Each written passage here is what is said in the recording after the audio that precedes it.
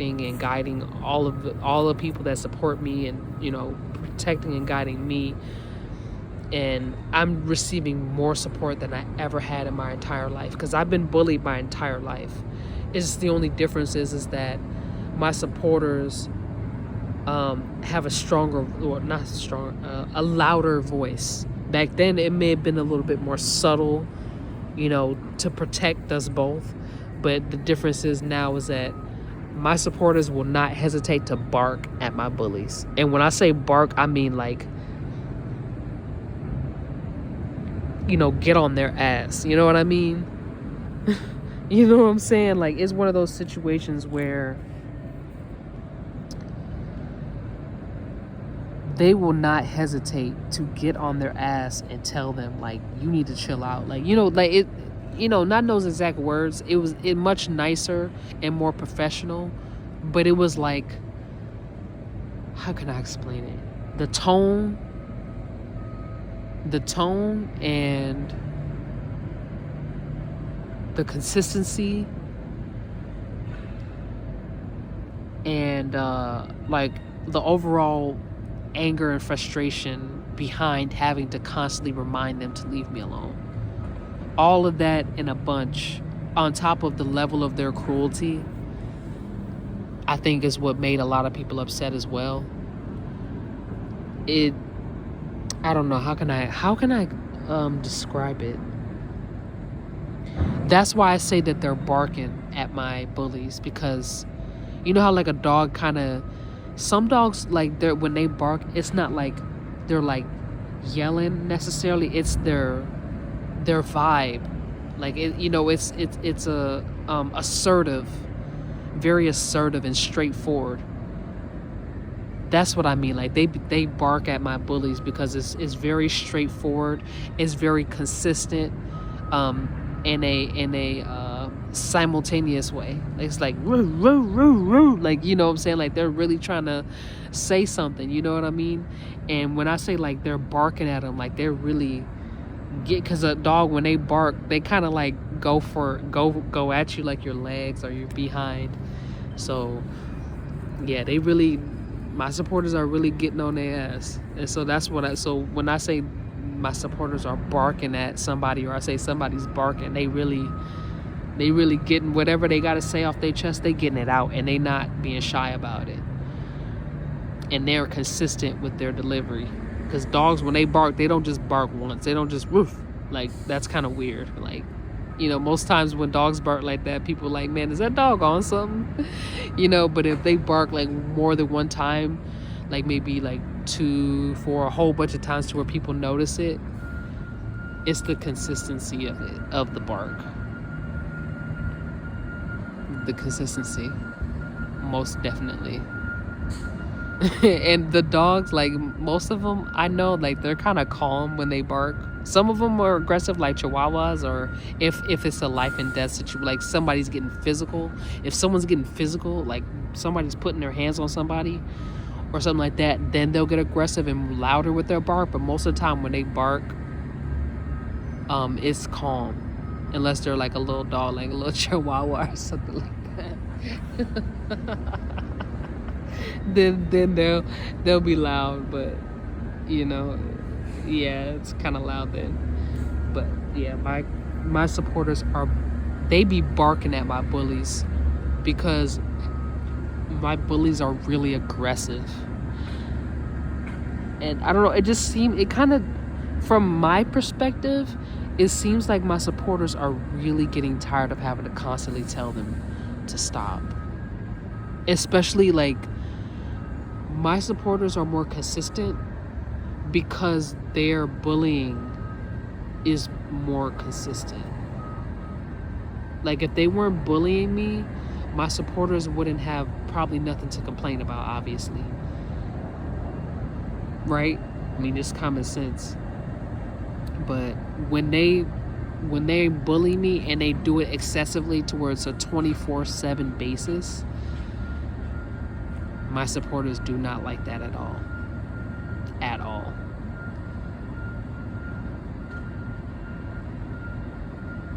They don't like it at all. especially people that really like they really mess with me on a personal level, or their morals, like their moral compass is kind of being triggered. Like, you know, when you're trying to find out the direction that you're trying to go and the compass kind of like fidgets a bit, like it's like, you know, like that. Yeah, when they harass me, that's kind of, I'm assuming their moral compass is like buzzing, like, you know. Yeah, I mean, that's how I feel when they bully me. I hate it. I can't stand it. And I really wish that they would stop, but a lot of the times they don't listen to me. They don't listen to anyone. Some of them have gotten in trouble with the law. They still not listening. So it's gonna take a divine miracle to get them to stop. It's gonna take a divine miracle, because they like, I'm telling, they're dedicated. The way they moving, I don't think they're ever planning on stopping. I think they were gonna continue to do this forever, which is crazy, right? Like, that's annoying. 25 years, 24/7. I don't think y'all listening to me. I said 24/7, 7 days a week, 24 hours a day for 25 years. You do the math. That's annoying. That is, I have to do a lot of ignoring. I have to do a lot of ignoring. It takes a lot of willpower not to feed in it.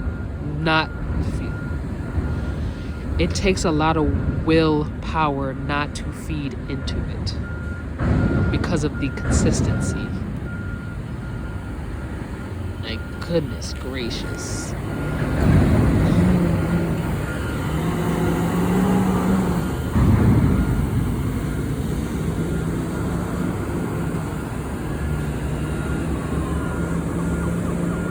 It is so consistent.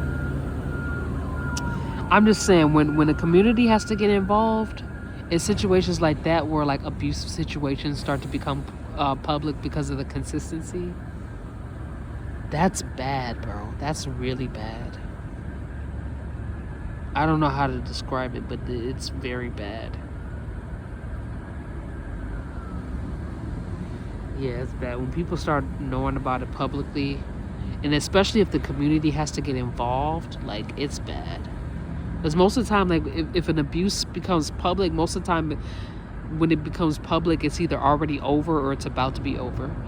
But if it's gotten to a point where, like, the community knows and it's like public knowledge and it's still going on, oh man, it's like, ooh. I don't know how to describe it, but yeah, it's like, it's really bad. And everybody knows about it, and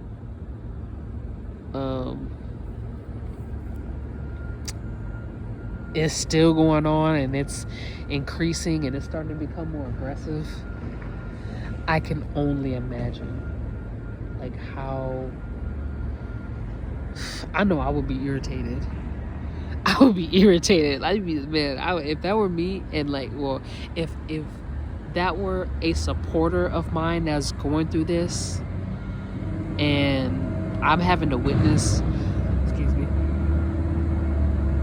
them getting bullied all the time to that level, 25 years, 24/7. I knew them ever since we was kids, and they're still getting bullied by the same people, and I see them, and I'm like, oh, like, I would be mad, you know what I'm saying? Like, I would be mad. Like, I'd be foaming at the mouth mad. Like, I would want to do something about it, but at the same time, I understand that, like, situations like that, you just gotta let a higher power handle it. But I'm almost foaming at the mouth right now because how I'm being treated. So if imagine it'd be somebody else that I care about, that we support each other, I would be really mad. I would be really irritated. Like, really irritated. Okay, well, I'm gonna be back, y'all. It's getting late. I've been on here long enough. So when I come back,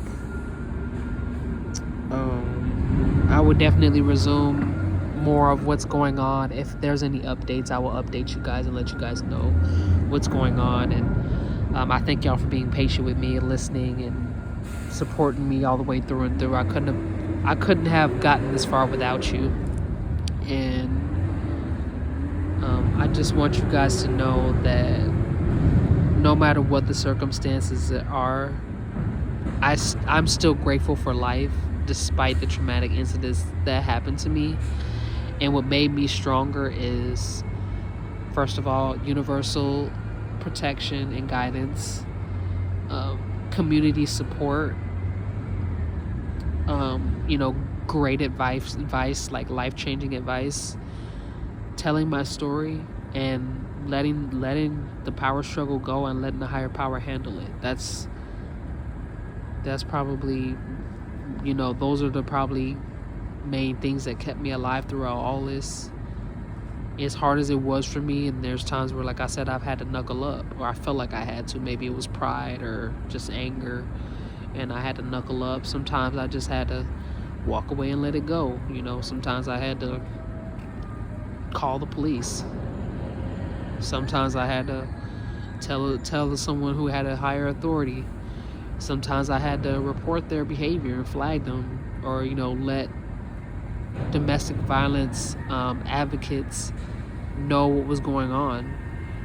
And there were some situations where some of the a lot of the domestic violence websites got infiltrated by the my gang stalkers, because I'm sure they're doing this to other people.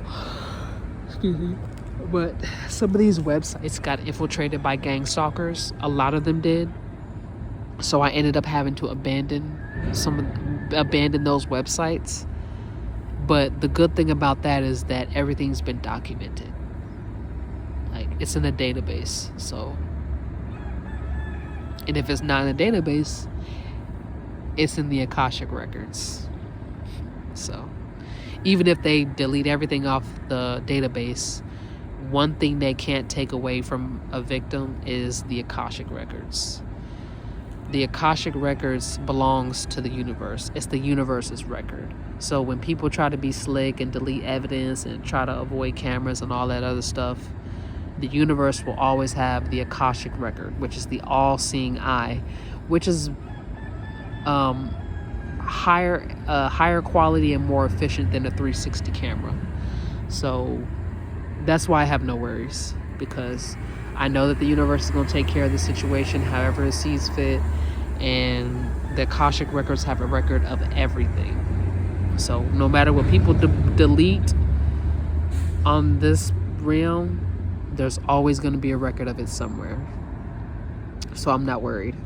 The universe has taken good care of me despite all the horrible, fucked up shit that I've been through. The universe has taken really good care of me, and I really don't want to fuck that up. I really don't want to mess that up. I know when I got it good. I know that my situation is really terrible, but it could be worse, and despite it being terrible, I still have something to smile about. I still have my sense of humor. I still have, gifts and talents that I'm grateful to a higher power for. And I just want to keep that. I don't want to mess it up. I don't want to put that at jeopardy. Me being content with life, I don't want to put that at jeopardy because somebody else is miserable and is willing to throw their life away over bullying. They already threw their life away when they started acting like that. And I don't want to throw my life away because they dragged me down. I don't want to be nowhere near them. I don't want to be associated with them. I'm done with them. I want nothing to do with them, and I made that clear. And I cut each and every last one of them off. And as dangerous as that was, it was worth it. I had to do it. So